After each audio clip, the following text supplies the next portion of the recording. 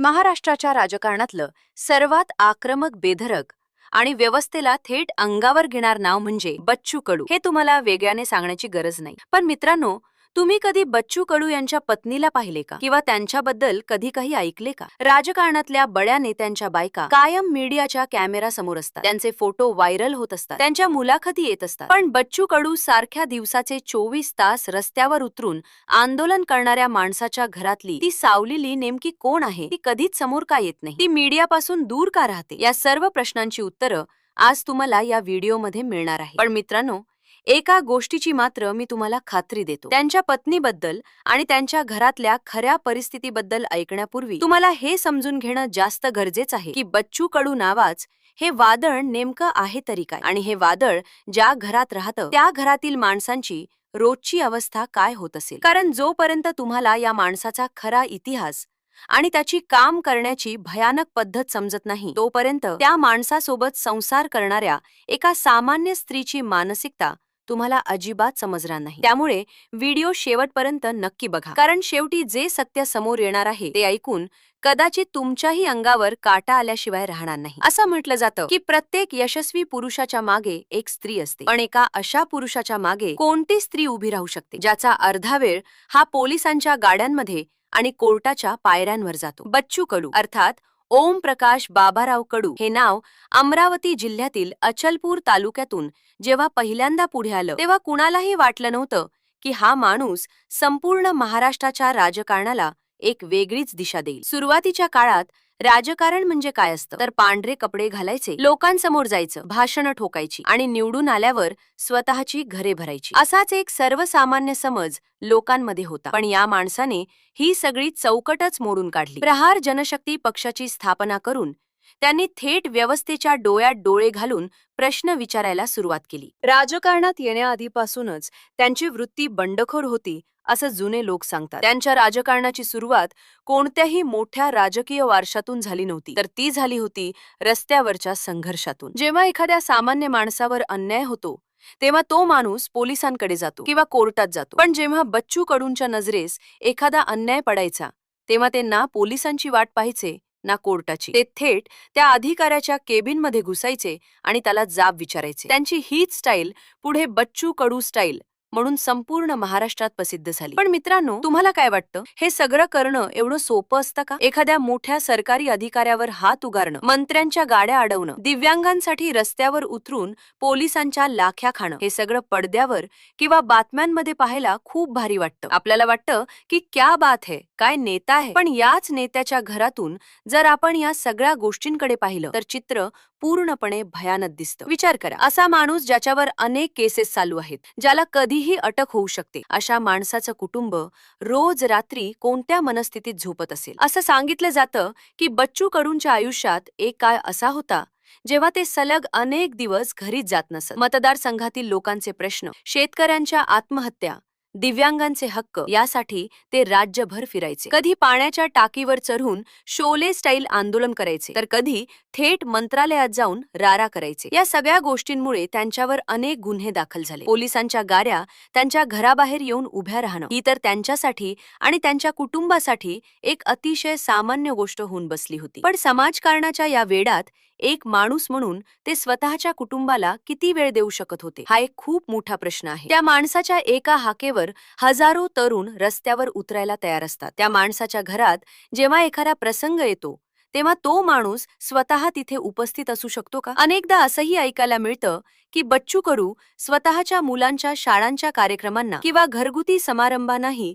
उपस्थित राहू शकत नव्हते, कारण त्यांच्यासाठी जनतेचा प्रश्न हा नेहमीच त्यांच्या स्वतःच्या कुटुंबापेक्षा मोठा राहिला आहे. राजकारणात असे अनेक नेते आहेत जे दिवसा समाजसेवा करतात आणि रात्री आपल्या आलिशान बंगल्यात कुटुंबासोबत शांत झोपतात. पण प्रहारच्या या नेत्याचं तसं नव्हतं. त्यांची रात्र कधी एखाद्या आंदोलन स्थळी रस्त्यावर जायची, तर कधी एखाद्या पोलीस स्टेशनच्या कोठडीत. या सगळ्या वादळी प्रवासात त्यांची पत्नी घर कसं सांभाळत असेल जेव्हा नवरा जेलमध्ये असतो आणि बाहेरून विरोधकांच्या धमक्या येत असतात? तेव्हा घरातील लहान मुलांना सांभाळून घर चालवणं हे कोणत्याही सामान्य स्त्रीच्या आवाक्या बाहेरच काम आहे. पण बच्चू कडू यांचा हा इतिहास इथेच थांबत नाही. जसजसे ते राजकारणात मोठे होत गेले तस तशी त्यांची दुश्मनी ही वाढत गेली. व्यवस्थेविरुद्ध लढताना त्यांनी अनेक मोठे प्रस्थापित नेते आणि भ्रष्ट अधिकाऱ्यांचे खिसे रिकामे केले. त्यामुळे त्यांच्यावर कधीही जीव घेणा हल्ला होऊ शकतो अशी भीती कायम असायची. अशा दहशतीच्या वातावरणात जगणं हे एका भयानक थ्रिलर सिनेमापेक्षा कमी नसतं. आपण पाहतो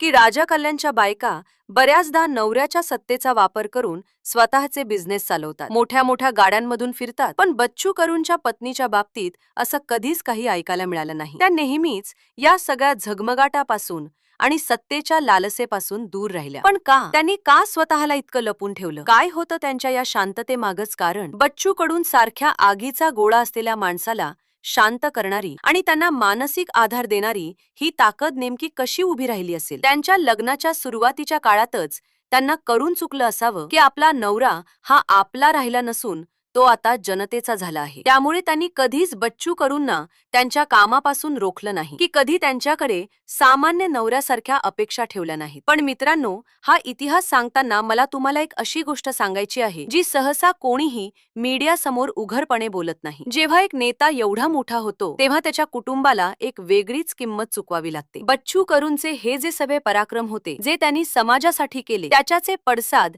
त्यांच्या घराच्या चार भिंतीत कसे उमटत होते हे समजून घेण्यासाठी आपल्याला त्यांच्या पत्नीच्या मानसिकतेत शिरून विचार करावा लागेल. मित्रांनो, जरा डोळे बंद करा आणि विचार करा. रात्रीचे 2 वाजले आहे. सगळं गाव शांत झोपले आणि अचानक तुमच्या घराच्या दारावर जोरात थाप पडते. एका सामान्य माणसाच्या घरात जर रात्री 2 वाजता कोणी दार वाजवलं तर घरातील लोक घाबरतात. पण बच्चू कडूंच्या घरात जेव्हा रात्री अपरात्री दार वाजायचं तेव्हा त्यांच्या पत्नीला हा विचार करावा लागायचा की दारात कोण असेल? एखादा मदतीची याचना करणारा शेतकरी असेल, दिव्यांगांचा एखादा गट असेल, की पुन्हा एकदा बच्चू भाऊंना अटक करण्यासाठी आलेली पोलिसांची गाडी असेल? हे सगळं पेळणं आणि तरीही दुसऱ्या दिवशी सकाळी उठून घराचा गाडा पुन्हा हसतमुखाने हाकण हे एखाद्या खऱ्या खुऱ्या रणरागिणीशिवाय कोणालाही शक्य नाही. आपण जेव्हा टीव्हीवर बघतो की बच्चू कडू यांनी फडाण्या अधिकाराला मारहाण केली किंवा मंत्र्यांच्या ताफ्यासमोर गाडी आरवी लावली तेव्हा आपल्याला त्यात एक हिरोगिरी दिसते. पण त्याच वेळी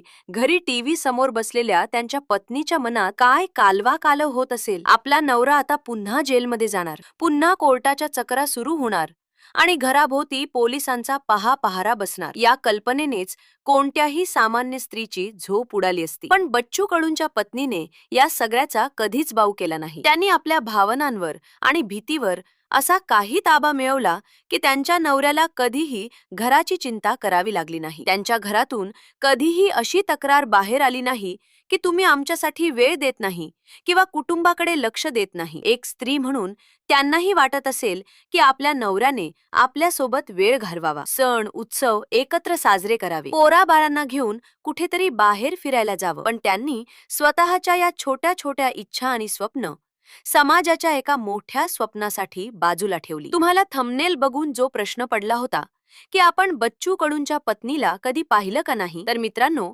याचं सर्वात मोठं आणि धक्कादायक कारण हे आहे की त्यांनी स्वतःला जाणीवपूर्वक या सगळ्या प्रसिद्धीच्या झोतापासून आणि राजकारणाच्या चिखलापासून दूर ठेवला आहे. राजकारणातला एक अलिखित नियम असा बनला आहे की जेव्हा नवरा मोठा नेता होतो तेव्हा त्याची बायको आपोआप कुठल्या तरी संस्थेची अध्यक्ष होती, कुठल्या तरी मोठ्या ट्रस्टची मालकीण होती किंवा कमीत कमी स्थानिक निवडणुकीत तरी उभी राहते. पण बच्चू कडूंच्या बाबतीत असं काहीही घडलं नाही. त्यांनी प्रहार सारखी एवढी मोठी संघटना उभी केली. हजारो तरुण कार्यकर्ते त्यांच्या एका शब्दावर जीवला तयार असतात. पण त्यांच्या पत्नीने कधीही या सत्तेचा किंवा लोकप्रियतेचा गैरफायदा घेतला नाही. त्या कधीही कार्यकर्त्यांच्या गराड्यात मिरवताना दिसल्या नाहीत की त्यांनी कधी स्टेजवर जाऊन भाषण ठोकली नाही. त्यांचं संपूर्ण लक्ष हे फक्त आणि फक्त त्यांच्या कुटुंबावर, मुलांच्या शिक्षणावर आणि घरात येणाऱ्या जाणाऱ्या प्रत्येकाच्या पाहुणचारावर केंद्रित होतं. बच्चू कडू यांच्या घराचा दरवाजा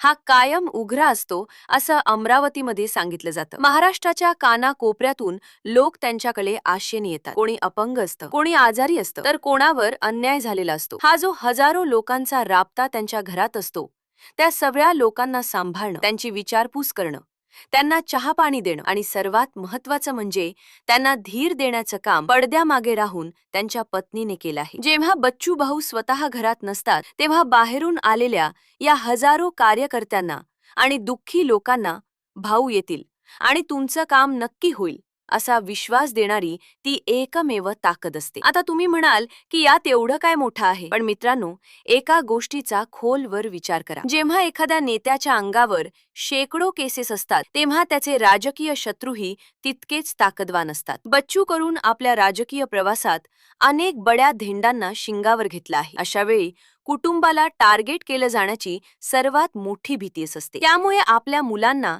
या सगळ्या दहशतीच्या आणि राजकारणाच्या वातावरणापासून दूर ठेवणं आणि त्यांच्यावर चांगले संस्कार करून त्यांना एका सामान्य माणसासारखं मोठं करणं ही जबाबदारी त्यांच्या पत्नीने एकटीने पेलली आहे. मुलांच्या शाळेतल्या पालक सभांना जाणं असो, त्यांचा अभ्यास घेणं असो किंवा त्यांच्या लहान सहान हट्टांना पुरवणं असो, या सगळ्या ठिकाणी त्यांना आई आणि बाप अशा दोन्ही भूमिका पार पाडाव्या लागल्या आहेत. कारण त्यांचा बाप हा महाराष्ट्रातल्या हजारो अनाथांचा आणि दिव्यांगांचा बाप झाला होता. हे बलिदान साधं सोपं नाहीये. एका बाजूला नवऱ्याचा सळसळता आणि कधीही न थांबणारा राजकीय संघर्ष आणि दुसऱ्या बाजूला घरातली शांतता टिकवून ठेवण्याची धडपड. हा एक असा समतोल आहे जो साधताना एका स्त्रीचा किती अंत पाहिला जातो हे फक्त तीच जाणू शकते. बच्चू कडू जेव्हा मंत्री झाले तेव्हा त्यांच्याकडे लाल दिव्याची गाडी आली, सत्ता आली. अनेक लोक सत्तेची हवा डोक्यात गेल्यावर बदलतात, पण त्यांच्या पत्नीच्या राहणीमानात किंवा वागण्यात कसलाही बदल झाला नाही. त्यांनी कधीही